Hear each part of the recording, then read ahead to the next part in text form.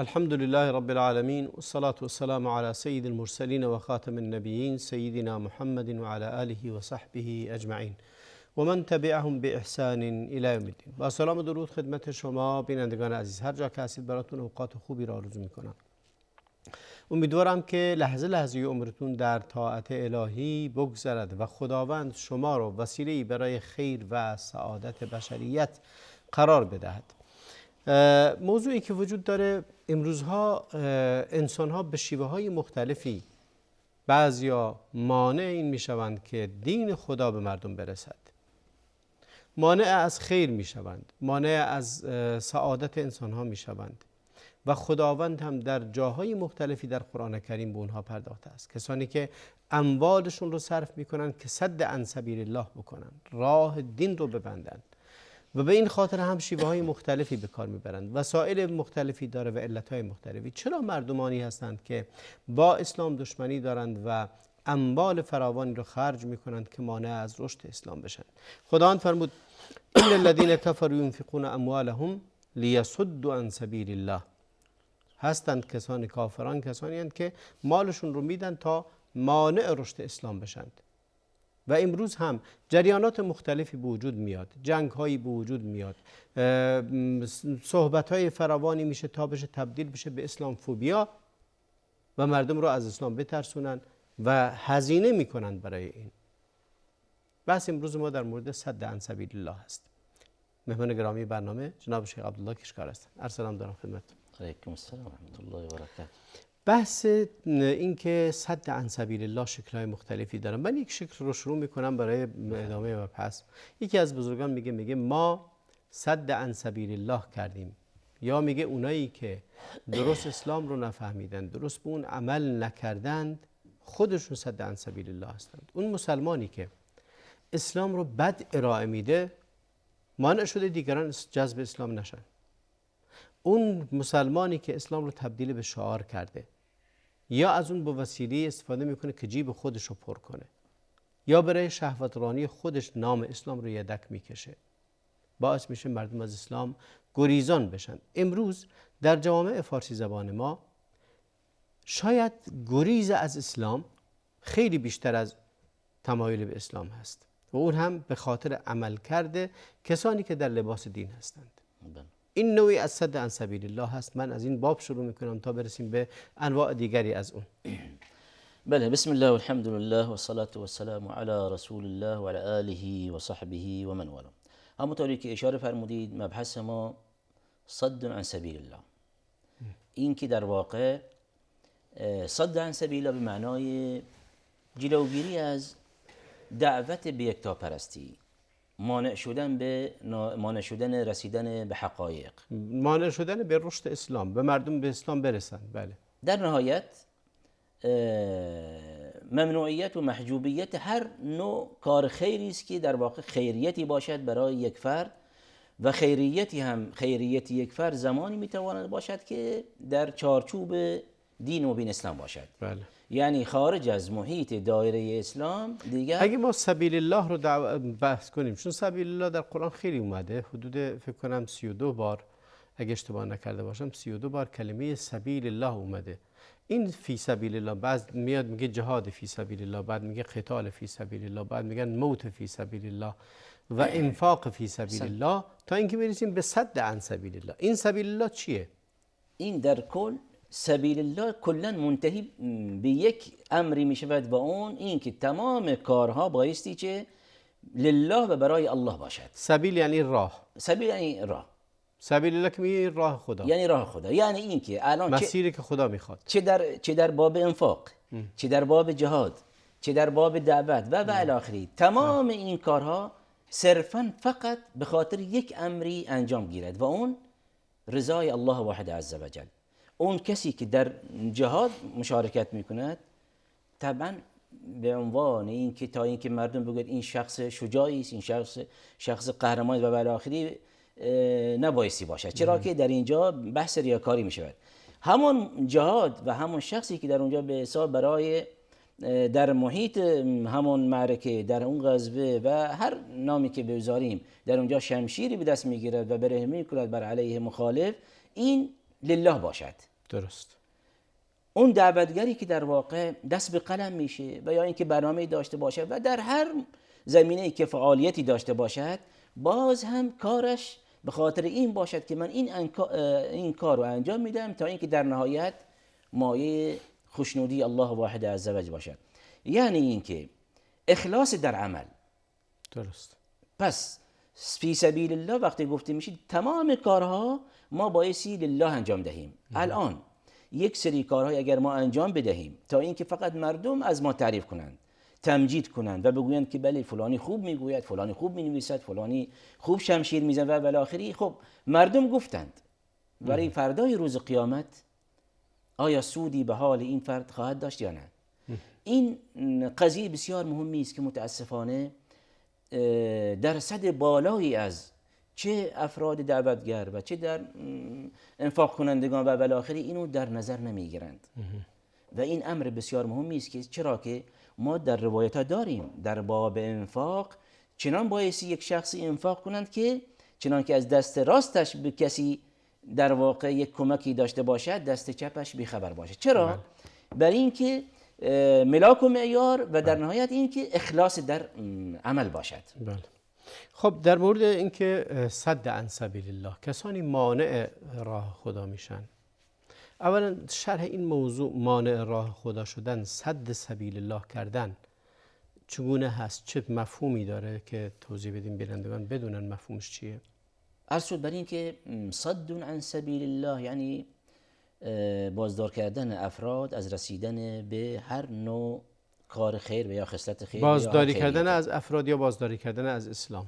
الان بازدار کردن افراد این که به اسلام نرسند یا اسلام به اونها نرسه و یا اسلام به اونها رسه. پس اینجاست که هدف اون فرده، هدف اون فرد مسلمانی است که در واقع الان یا غیر مسلمانی یا غیر مسلمان هر کدوم در حیطه خودشه. درست. الان یک فرد مسلمان در واقع دور و بر اون یک سری مسائلی احاطه میکنه تا اینکه اونو از اسلام باز دارن، از اسلام فاصله بگیره، و یا اینکه یک شخص مسلمان چنان که اسلامو تشویه میکنن تا اینکه دنبال تحقیق هم نرود و یا اینکه به همین خیر نرسد.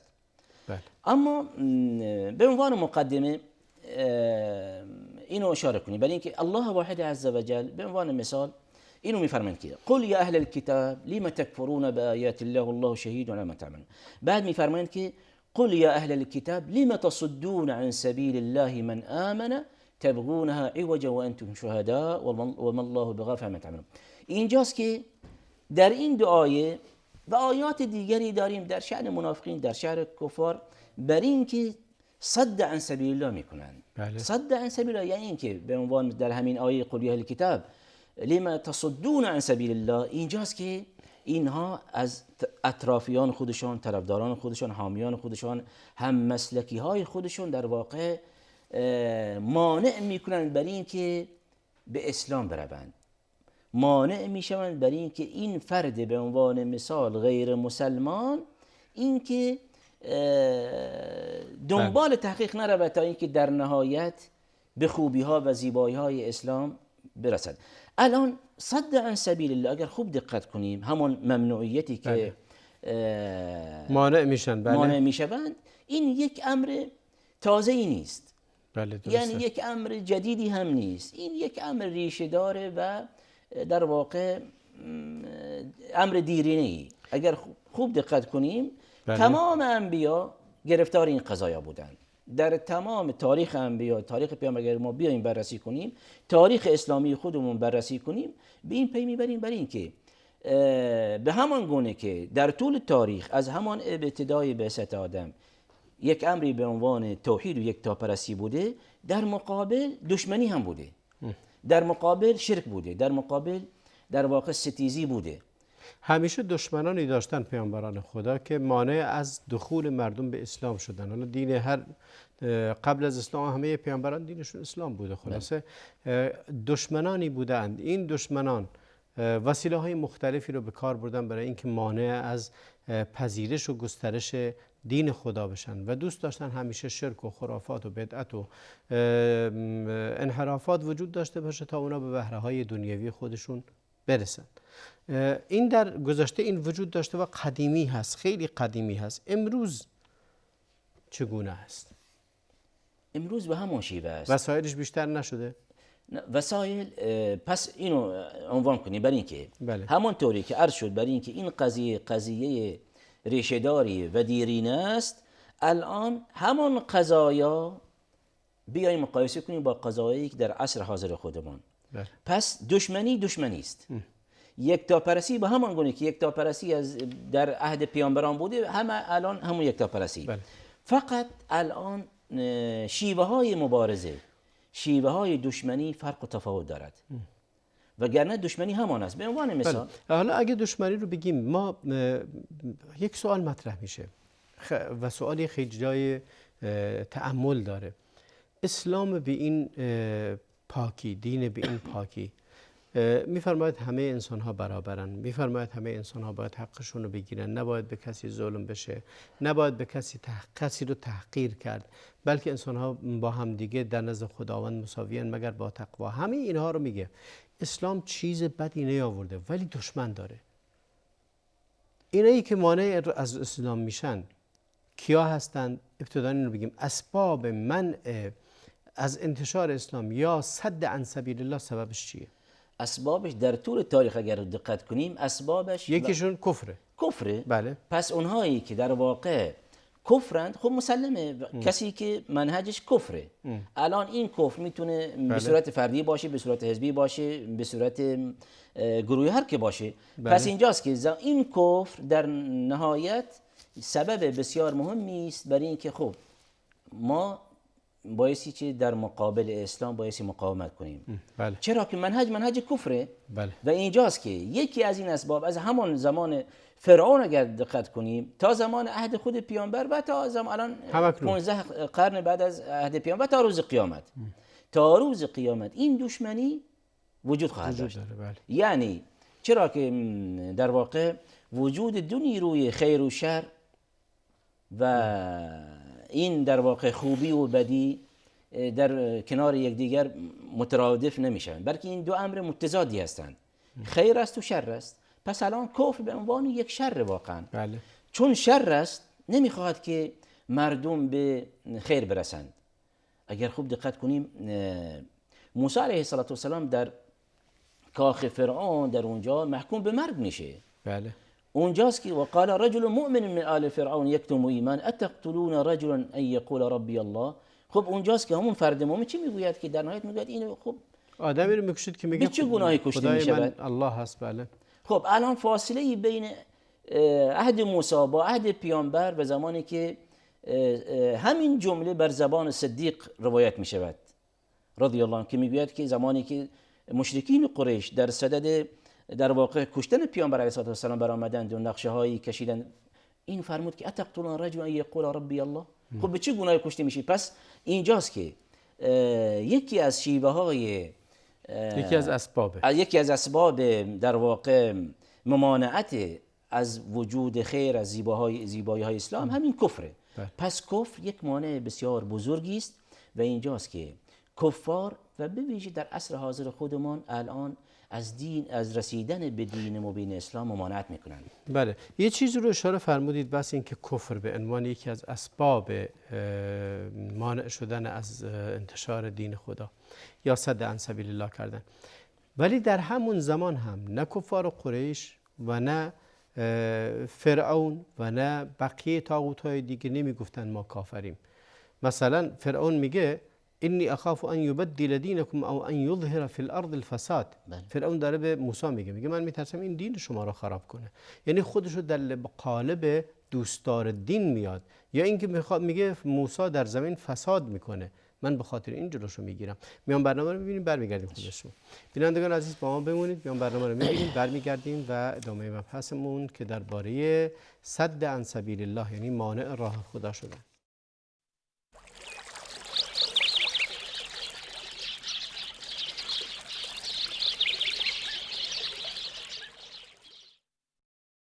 با سلامی دوباره خدمت شما بینندگان عزیز. در بخش اول صحبتمون در مورد صد عن سبیل الله صحبت کردیم و هم آیاتی اشاره شده و هم مختصراتی و یکی از اسباب مهم اون به عنوان کفر که یکی از اسباب مهم مانع شدن از راه خدا می شود. اونایی که کفر رو انتخاب کردند مانند کفار قریش، مانند بقیه کفرها و طاغوت‌های دیگه، همه اونها تلاش کردند که جلوی رشد اسلام رو بگیرند و مشرکین قریش به عنوان نمونه تلاش های زیادی کردند که کسی نیاد به پیامبر ایمان بیاره.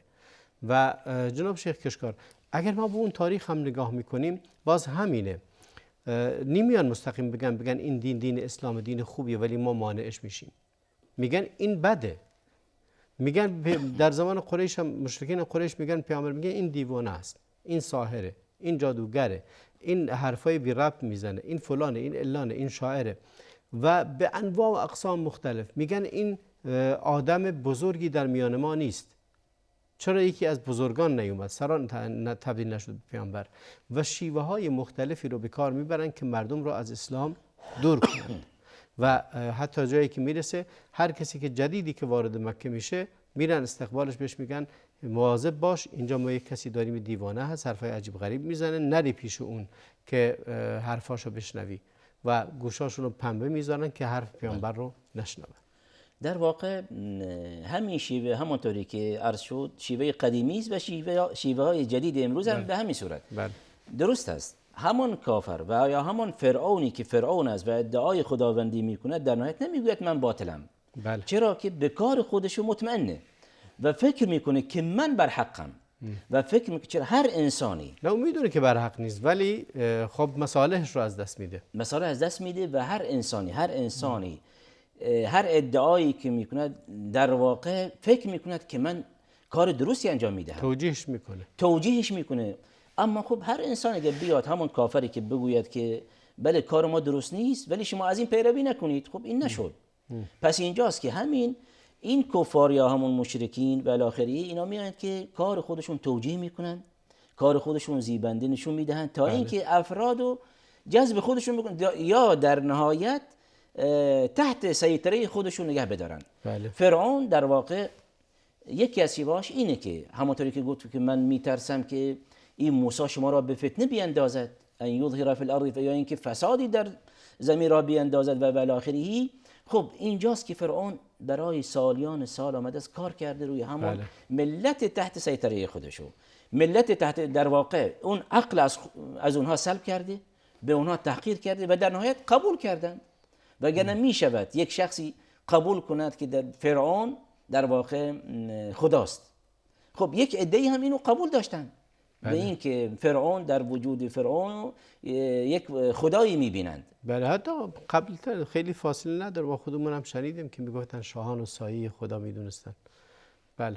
پس اینجاست که در همان عهد مشرکین قریش باز هم همینطور و خدای عزوجل در آیات اینو در واقع میفرمایند که در عصر حاضر خودمون همینطور افرادی هستند که به یک شیوهی دعوت میکنند، مردم رو توجیه میکنند که نه کار ما درست است. بله. کار بقیه اونهایی که به اسلام و به شکل‌های مختلفی.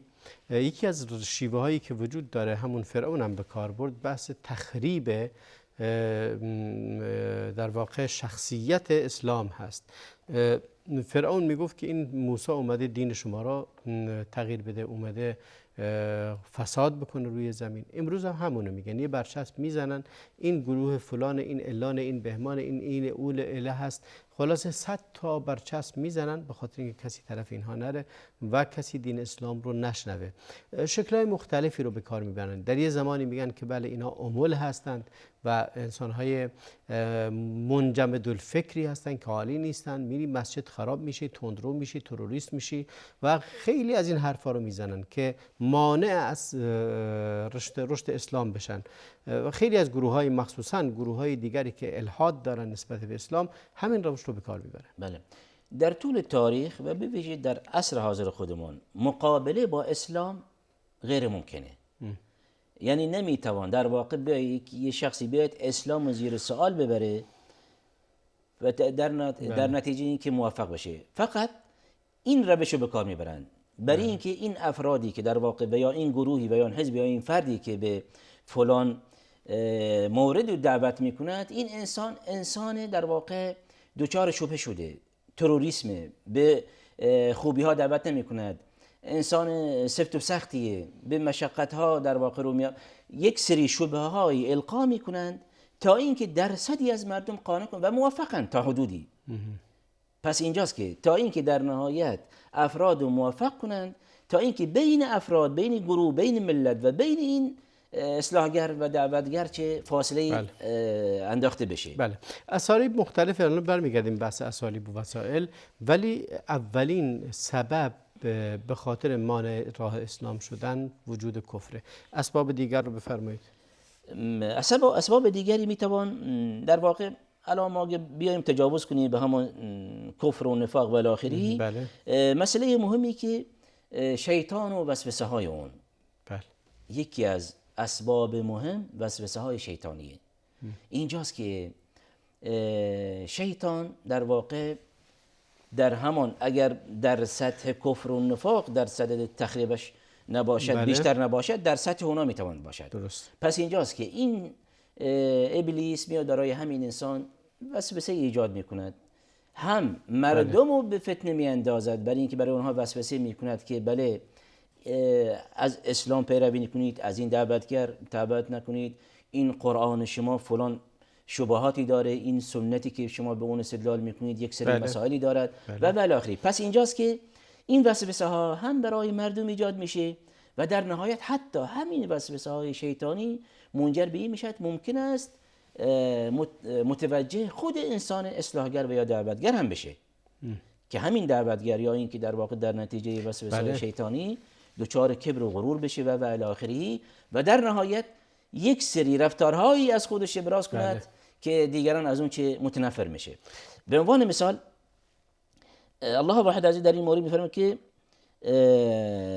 و انهم لیصدونهم عن السبیل و یحسبون انهم مهتدون.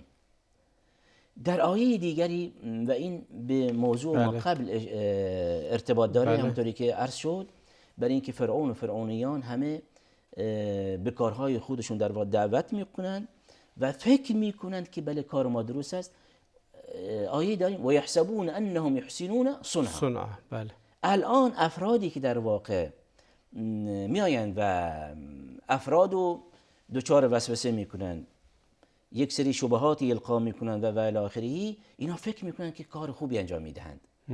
الان وسوسه های شیطانی گاهی متوجه افراد میشه و گاهی متوجه احزاب میشه و گاهی متوجه خود شخص اصلاحگر. پس اینجاست که وسوسه های شیطانی میتواند جامعه را به گمراهی بکشاند متاسفانه. بله. اینکه شیطان عدو مبین هست و اینکه شیطان وسوسه میکنه باعث میشه که وسوسه گر باشه و خیلی مسائل رو وسوسه میکنه تا انسان بتونه جلو اسلام رو بگیره. و خداوند فرمود ولا یصدنکم الشیطان انه لکم عدو مبین.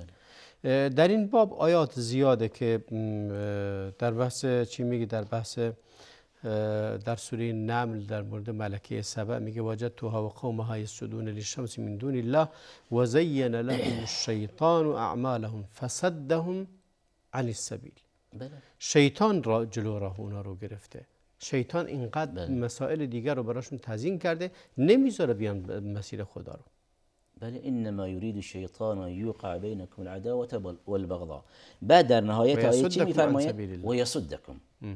پس اینجاست که یکی از اهداف شیطان این است که این انسانو از مسیر و جاده اصلی منحرف کند.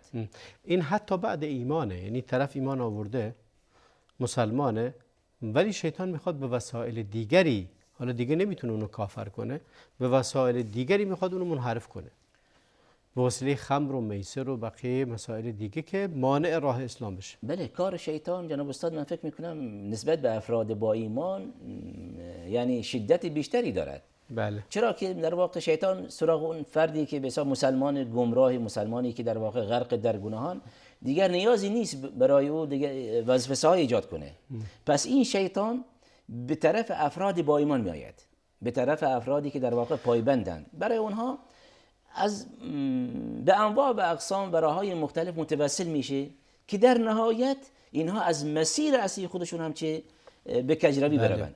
و در نهایت حتی اگر خوب دقت کنی همین شیطان زمانی که یک انسان مسلمان حتی برای ادای فریضه نماز میستد، اینجاست که شیطان با همون با وسوسه میاد سراغش و مشغولش میکنه، که حتی همین 2 رکعت نمازشو برای الله عز و جل. در این که وسوسه های شیطان فراوان هست و مسائل زیادی در باب وسوسه شیطان گفته شده. شیاطین زیادن، وسوسه میکنن از هر نوعی. حالا بعضی وقتا هم شیاطین انس، شیاطین جن هم کاری نداره دیگه، استراحت میکنه، به جاش ذریه‌اش یا پیروانش از شیاطین انس دارن کار اونا رو انجام میدن. امروز وسایل زیادی وجود داره که این کار رو انجام میدن، به اون برمیگردیم وقتی که بحث وسایل باشه. ولی به عنوان اسباب مهم اون، آیا یکی از اسباب صد عن سبیل الله عملکرد ماها هست یا نیست؟ بله، عملکرد میتونه. عملکرد باز هم از اسباب مهمه. الان یک سری افرادی یک سری عملکردهای از اونها در واقع سر میزنه، اخلاقیاتی از اونها سر میزنه که در نهایت الان خواسته یا ناخواسته ممکن است یک عملکردی از یک انسانی در واقع سر زده بشه، ولی خب ناخواسته هم باشد. ولی از دید جامعه، از دید مردم، این عملکرد بدی است و در نهایت همین عملکرد، همین در واقع عملکردی که این انسان به عنوان الان انسان مطرحی در جامعه، به عنوان یک شیخی، به عنوان ملایی، به عنوان اصلاحگری و الی آخره، خب زمانی که مردم بیاین و این عملکرد رو نگاه کنند، ببینن، تحت ذره خودشون قرار بدهند، خب زده میشوند. که پس این شخص که ما را راهنمایی میکنه، ارشاد میکنه، معروفه و زبان زده عام و خاص، از زمانی که این گونه اخلاقیاتی از او سرزده میشه، پس این گونه فرد نه فقط به خودش لطمه زده، بلکه و نه فقط به این افراد مقال، بلکه به کل دین اسلام. این در واقع عملکردشو یک تشویش برای دین مبین اسلام. بله. من این مثال رو عرض میکنم خدمتتون. بعضی مواقع واقعا خیلی از آدم ها عملکرد خودش، اون شخص داعی و دعوتگر یا اطرافیانشون، باعث میشن که دیگران رو از ورود به اسلام منع کنن. من میان برنامه رو میبینیم، برمیگردیم و من این داستان رو خدمت شما عرض میکنم. داستان هم نیست بلکه یک امر واقعیه. بینندگان عزیز با ما بمونید، برمیگردیم و ادامه مبحثمون رو با استاد کشتکار ادامه خواهیم داد.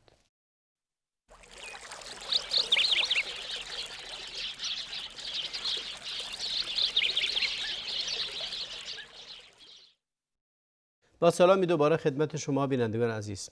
بحث ما در مورد صد عن سبیل الله هست و چه کسایی و چه اسبابی باعث شده که صد عن سبیل الله صورت بگیره و وسایل جدید اون چی هست. جناب استاد کشکار، بحث بعضی وقتا شخصیت داعی، عملکرد اون باعث میشه که دیگران از اسلام فرار کنن. ما سالها قبل یک شیخی داشتیم، یک شیخ صوفی بود که توی یک روستایی فعالیت میکرد. خودش آدم خوبی بود، بسیار اهل نماز بود، نماز شبش قطع نمیشد، خونش همیشه فقیر و مسکین و یتیم و دیوونه تو خونش همیشه غذا میخوردند و بودند. اما عملکرد اطرافیان ایشون جوری بود که اهل این روستا خیلی کمتر از شخصیتیشون متاثر بودن، از جاهای دوردست می اومدن از ایشون تأثیر می گرفتند، اما اهل اون روستا چنین تأثیر اصلا نگرفتند. و روزی هم که این شیخ از این روستا رفت اومد وارد شهر شد، مردم اون روستا یک هفته جشن و پایکوبی داشتن، در حالی که شخص این آدم ضرری برای اونها اصلا نداشت، بلکه نوع نگاهش به دین، نوع نگاهش به دعوت بود که شاید اونا رو مانع شده بود که به دین گرایش پیدا بکنن. مردم اون روستا از مردم روستاهای دیگه متدین‌تر نشدن، مردم اون روستا پایبندتر نشدن. در اون روستا جرایم و قتل وجود داشت، در حالی که روستاهای بغل دست چنین چیزی نبود.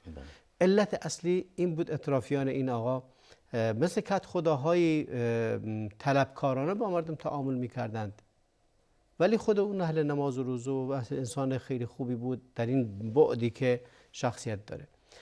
این به نظر شما عملکرد اطرافیان ایشون یا عملکرد خود ایشون صد عن سبیل الله نشده؟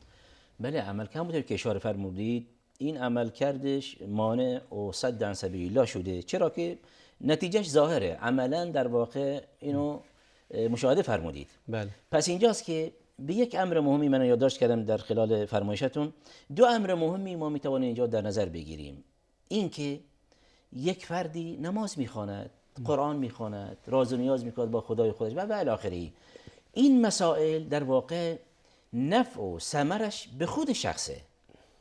درست است که یک شخص زمانی که یک شخصی به حساب تنها و تنها صرفاً تمام اعمالش برای الله واحد عز و جل در نظر میگیرد و شبانه روز هم نماز بخواند، این عمل کردش برای خودشه. درست. الان یک امر مهم دیگری هم ما بایستی در نظر بگیریم، تعامله. بله. تعامل در دین مبین اسلام یک امر بسیار مهمی است. درست. یک شخصی که اگر شبانه روز فقط نماز بخواند، الان در باب تعامل، در باب اخلاق، در باب برخورد و رفت و آمد با دیگران در واقع عملکرد خوبی نداشته باشد، مردم از او زده میشوند. مردم چی میدانند؟ برای اینکه این شخص در طول شب راز و نیاز دارد، نماز تهجدش رو فوت نمیشه. ولی اینکه یک شخصی نماز تهجدش رو فوت نمیشه، ثمرش برای جامعه نیست، ثمرش برای خود شخصه. درست. پس یک شخص باید ضمن این که بله نماز شبش فوت نمیشه، ضمن این که پایبند باشد به قرآن کریم و بالاخره عملکرد خوبی داشته باشد که دیگران جذب اسلام کند، نه اینکه جذب خودش کند. درست. پس اینجاست که یک شخص اگر باب تعامل ضعیف کار کند، متاسفانه میتواند بله دعوتش یعنی در واقع برخلاف این که دیگران جذب اسلام کند، متنفر هم میکند. بله. خیلی این موارد بسیار میشه انسان مثالهای بسیار زیادی رو بزنه و در زندگی واقعی مردم وجود داره. مثالهای زیادی. اینکه خود کسی که مسلمان هست با رفتار بدش، با عملکرد بدش باعث میشه دیگران از دین پراکنده بشن یا گریزان بشن یا دور بشن اصلا. و عملکردهای زیادی وجود داره، شعارهایی که با عمل واقعی مردم توافق نداره. اونایی که دارن شعار عدالت میدن اما خودشون ظالمن، اونایی که شعار نظافت میدن ولی خودشون دستشون آلوده است به اموال مردم، و شعار تواضع رو میدن اما خودشون تبدیل شدن به یک مستکبر و انسان متکبری هستند. و اما در بخش مهمترین بخش روان، پیامبر اکرم علیه خداوند پیامبر اکرم فرمود فبما رحمت من الله لنت لهم ولو كنت فظا غلیظ القلب لانفضوا من حولك فاعف عنهم واستغفر لهم وشاورهم فی الامر. که اینها خود واضح روشن میفرماید اگه پیامبر تندخو و عصبانی بود همه فرار میکردن از اطرافش. پیامبره، از طرف خدا وحی بهش نازل میشه ولی رفتار نرم پیامبر دیگران رو جذب کرده. پس اینجاست که مهمه برای یک داعیه این است که اخلاق قرآنی داشته باشد. بله. پیامبرگونه باشد.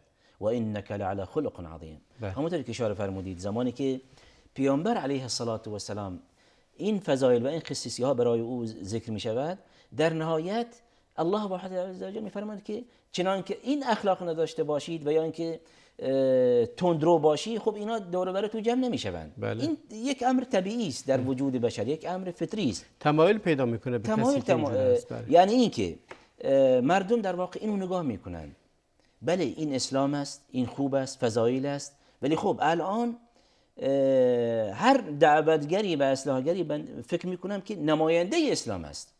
الان چرا در واقع در جوامع مختلف همونطور که اشاره فرمودید دینگریزیه، افرادی الان از اسلام فرار میکنن. درست. طرف میره یهودی میشه، طرف میره مسیحی میشه، میگه خب هیچ فرقی نمیبینم، بلکه در مسیحیت رحمت بیشتر میبینم. درست. اخلاق بهتری میبینم و بالاخره. و از این باب الان این جوونا فکر میکنن که یک افرادی که در واقع بظاهر هستند و فکر میکنن اینها نماینده اسلامند، پس اگر بله. اسلام این باشد ما اسلامو نمیخواهیم. درسته. در صورتی که اسلام از اخلاق این گونه افراد بیزار است. اسلام به عنوان یک چشمه بسیار پاکی است.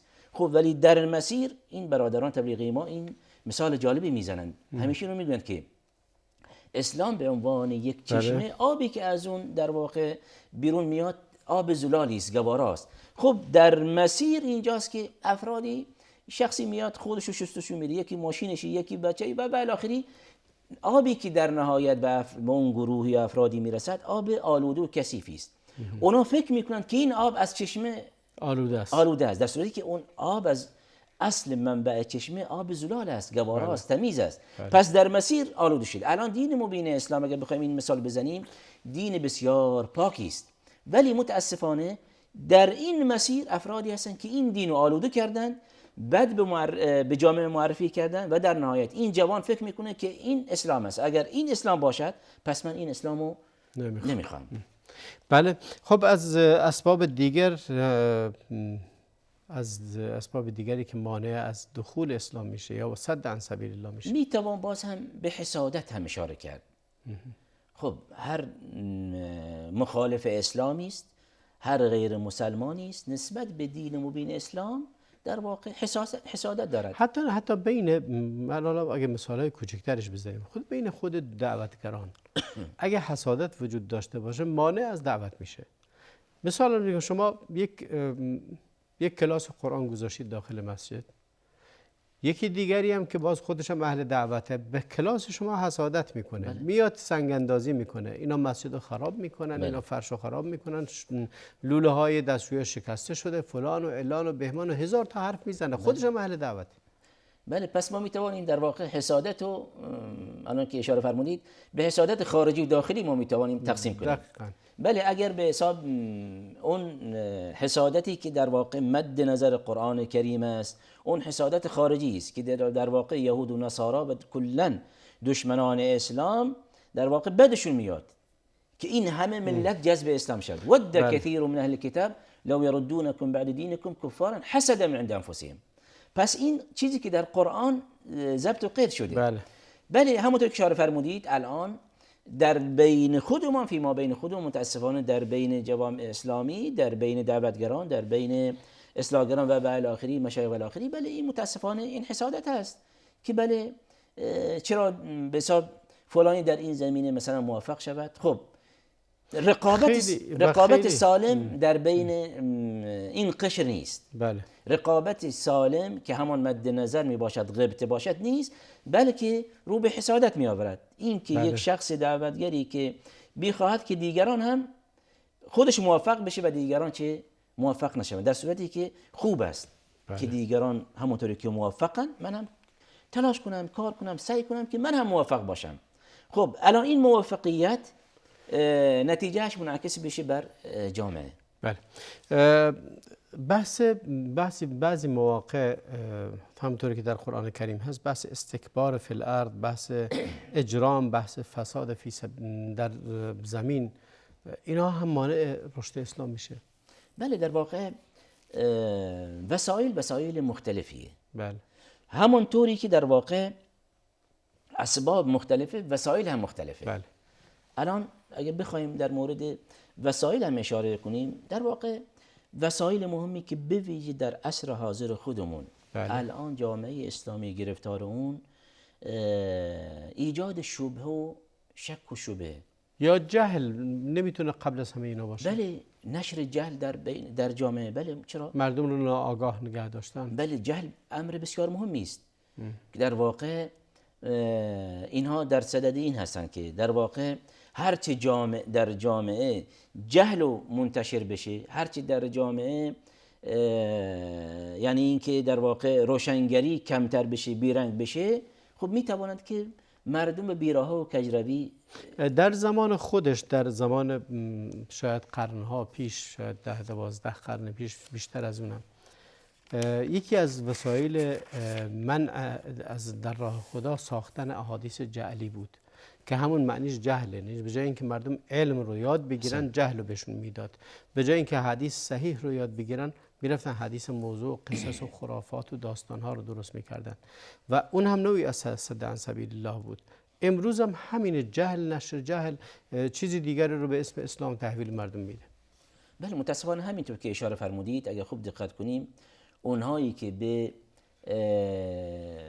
نشر و پخش احادیث جعلی رو میآورند، خب این هم در واقع کمک میکند به جهل و برای این که اسلام حقیقی به دست مردم نرسه و جامعه اسلامی در واقع دچار همینطور شک و شبهه بمونه و این یکی از اهداف است. الان ممکن است همین قضیه ناخواسته ولی خب از روی تعصب، بله، افرادی از روی تعصب به همون مسلک خاصی که دارند براش مهم نیست. برای اینکه الان من ممکن است یک حدیث غیر صحیح در بین مردم نشر کنم، مهم این است که خودشو ارضا کنه، خودشو در واقع شاد کنه و اطرافیان خودشو راضی نگه بدارد و برای خودش یک در واقع مجلسی گرم کند. بله. پس اینجاست که بله همونطوری که اشاره فرمودید، نشر این احادیث میتواند کمک بسیار بزرگی کند به جهل. بله، بسیار متشکرم از حضورتون جناب شیخ عبدالله کرشکار از اینکه قبول زحمت فرمودید. بسیار متشکرم از شما بینندگان عزیز که تا این لحظه با ما بودید. بسیار متشکرم. خداوند میخوانم که به همه ما توفیق عبادت و بندگی خالصان را عنایت بفرماید.